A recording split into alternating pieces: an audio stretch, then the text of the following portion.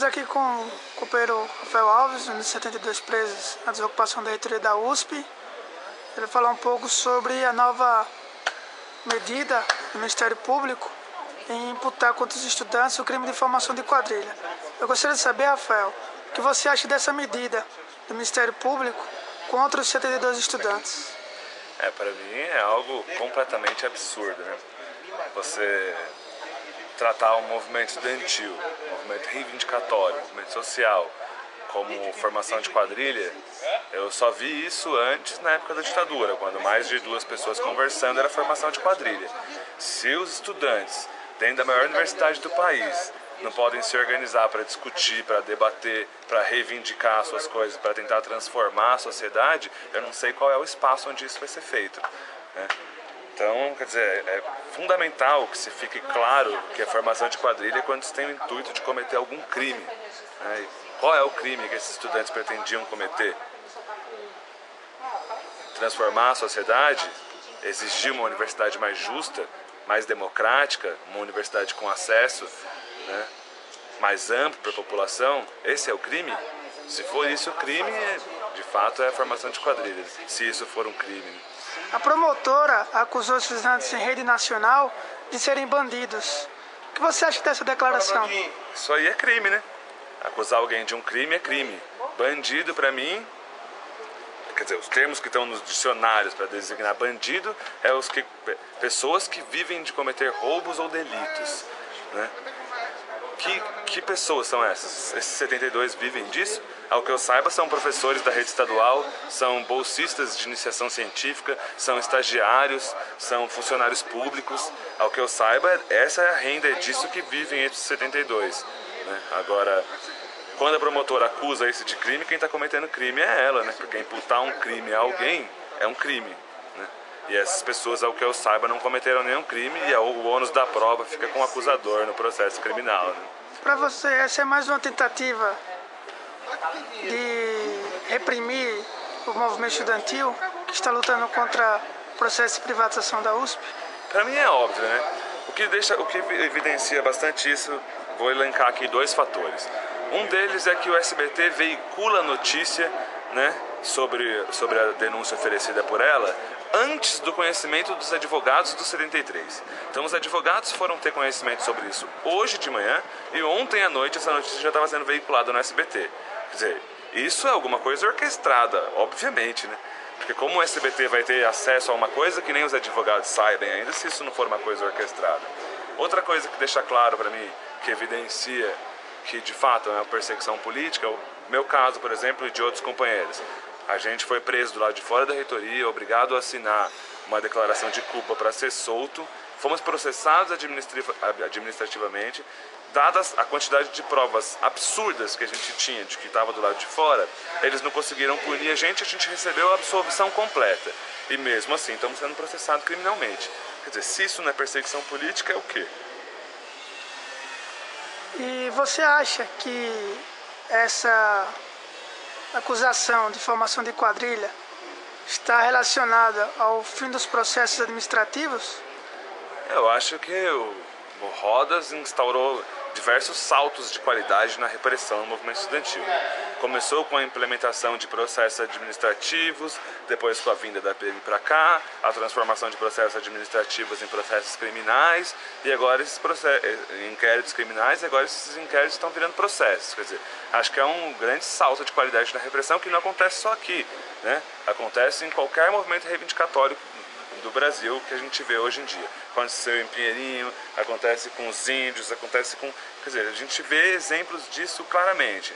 Sem terra morto, movimento sem teto sendo preso, massacrado pela polícia, grandes contingentes, a Cracolândia, enfim.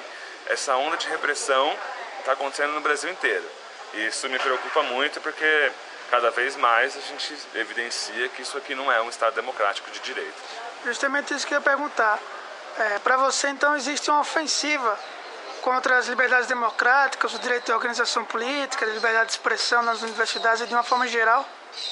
Por mais que a gente queira acreditar que a gente viva numa democracia e por mais que aparentemente seja assim, quando a gente olha para todos esses casos, se pegar só as universidades, você vai ver tem processados na USP, na Unesp, na Unicamp, na PUC, quer dizer, toda a universidade que se propõe pensar, que deveria ser o papel dos universitários, pensarem a condição da universidade como um todo, pensar a sociedade em que se vive, né, para poder propor transformações sociais nessa sociedade, sempre que isso acontece, esses movimentos são criminalizados.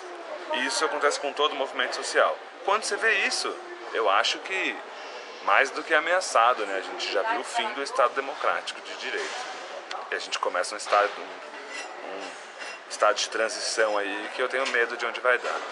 E como você vê essa relação com a política do PSDB? De repressão no Pinheirinho, na Cracolândia? Para mim esse era o plano orquestrado do PSDB, sempre foi, né? Que ele vem construindo há mais de 16 anos aqui em São Paulo, construiu todas as condições para chegar a isso. Aqui dentro da reitoria fica claro quando o Serra nomeia o segundo colocado, que é o Rodas, da lista tríplice, para assumir o lugar. E o Rodas vem e cumpre exatamente o papel que o governo do PSDB cumpre no estado de São Paulo, cumpriu com o Pinheirinho, com a Cracolândia, entre outras coisas. Então, para mim, é um plano muito bem traçado e arquitetado do PSDB. Uma das palavras de ordem do movimento estudantil era o Fora Rodas por conta da intervenção do PSDB. Você pode comentar um pouco? O Fora Rodas é inerente ao movimento estudantil, na minha opinião, porque o movimento estudantil, de modo geral, já é contra a própria forma como se elege um reitor, porque já é só uma casta, né, que elege, são só os professores notáveis, diversos membros, né, superiores da casta universitária, estudantes, trabalhadores não têm a menor participação. Os trabalhadores acho que têm 3 votos, né?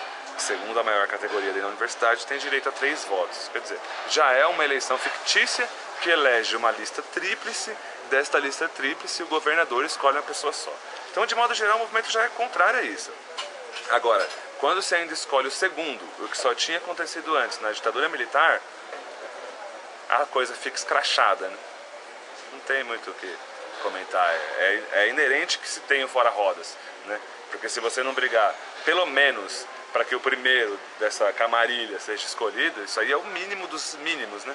O ideal seria um regime transformador que transformasse a sociedade de modo a que isso fosse equalizado entre todos os setores, né? Que todo mundo que participa da comunidade universitária tivesse condições de escolher um representante. Você comentou que foi preso do lado de fora da reitoria e foi obrigado a assinar um termo para ser liberto junto com os 72. Você poderia comentar um pouco mais sobre isso? Bom, eu fiquei sabendo que a tropa de choque tinha cercado a reitoria, junto com alguns companheiros. A gente chegou lá e era um verdadeiro espetáculo de guerra, né? Tinha uns helicópteros do GAT com o pessoal descendo, cavalaria, mais de 3.000 homens da tropa de choque, era um grande circo. E eu e algumas outras pessoas que acordaram ali na madrugada e chegaram até o local, começamos ali a criticar aquela situação, a dizer que aquilo era um absurdo, né, ter uma postura crítica em relação a isso. Nesse momento, muitas emissoras de TV vieram acompanhar o protesto que a gente estava fazendo ali na frente e os caras incomodados lá puxaram eu e outros companheiros para dentro do cordão de isolamento e prenderam a gente. Chegando na delegacia, a gente ficou horas lá, teve que fazer exame de corpos de delito, ficou preso num ônibus, eles não queriam liberar nem água, nem comida, com muito custo os advogados conseguiram, todo mundo era réu primário, mesmo assim negaram habeas corpus, o pessoal teve que fazer um puta corre para conseguir pagar a fiança, a maior parte dos estudantes eram estudantes pobres, não tinham condições, enfim. Depois de tudo isso, aí a gente ia ser liberado, mas para ser liberado tinha que assinar um termo dizendo que a gente de fato estava lá dentro da reitoria, quer dizer, assumir os crimes que estavam sendo imputados contra a gente naquele momento. E a gente tinha que assumir. Daí algumas pessoas começaram a se recusar. Nesse momento que a gente ficou sabendo que caso a gente se recusasse, a fiança não seria aceita e a gente continuaria preso. Então, quer dizer, fomos obrigados a assinar para poder sair da cadeia, né? E o fato de você ter sido preso lá de fora e mesmo assim estar sendo acusado de formação em quadrilha, dano patrimônio público, reflete um pouco a face desse processo, né? Eu acho que para mim é uma característica fundamental de que o processo é um processo farsa, né? Quando as pessoas são presas do lado de fora, obrigadas a assinar que elas estavam lá dentro, isso aconteceu com diversas pessoas. Como é que você vai confiar na idoneidade desse processo? Quando existem comprovações, não só para mim, mas de outros companheiros, de absolvição no processo no processo administrativo. E mesmo assim se insiste assim, não se conseguiu individualizar a conduta dentro do processo. Não tem individualização de conduta. Não se pode processar sem individualização de conduta. Como os caras não conseguiram isso, tentaram todas as formas punitivas e não conseguiram, eles inventam uma formação de quadrilha. Quer dizer, pra mim tá claro que é um processo farsa e que os caras vão até o final, quer dizer, pesar e tentar criminalizar, né? Isso é perseguição política claramente e demonstra que o processo é um processo muito mal feito, muito mal concebido e com certeza com intuitos muito negativos. Você sofreu outras perseguições políticas na USP? Eu, por participar do movimento estudantil, tenho sofrido algumas sanções, sim. Por exemplo, fui expulso da moradia estudantil, mesmo tendo direito à vaga, e assim, o que você precisa é de uma aprovação da assistente social. A assistente social cuidava do meu caso, aprovou meu ingresso na moradia. Mesmo assim, por ordens superiores, essas são palavras dela, eu não conseguiria a vaga na moradia. Isso é exemplo de umas sanções, né? Outras bolsas que eu pleiteei também já perdi pelos mesmos motivos. Enfim, agora, sem contar os diversos inquéritos criminais movidos pela reitoria e pelas chefias contra mim. Agora, o que eu acho importante frisar é que, não obstante todas essas tentativas, eu sigo e seguirei no movimento estudantil, independente de qualquer coisa. Para você, qual que deve ser a reação nesse momento do movimento estudantil? Eu acho que nesse momento é fundamental que se lance uma grande campanha democrática, levando para a sociedade, quer dizer, uma versão mais clara dos fatos, mais realistas, combater a mídia marrom o máximo possível com essas informações toscas, mal feitas, e iniciar um processo de movimentação dentro da universidade para combater isso o mais rápido possível. Porque posicionamentos recuados levam a um avanço do outro lado, né? Então é necessário que o movimento avance.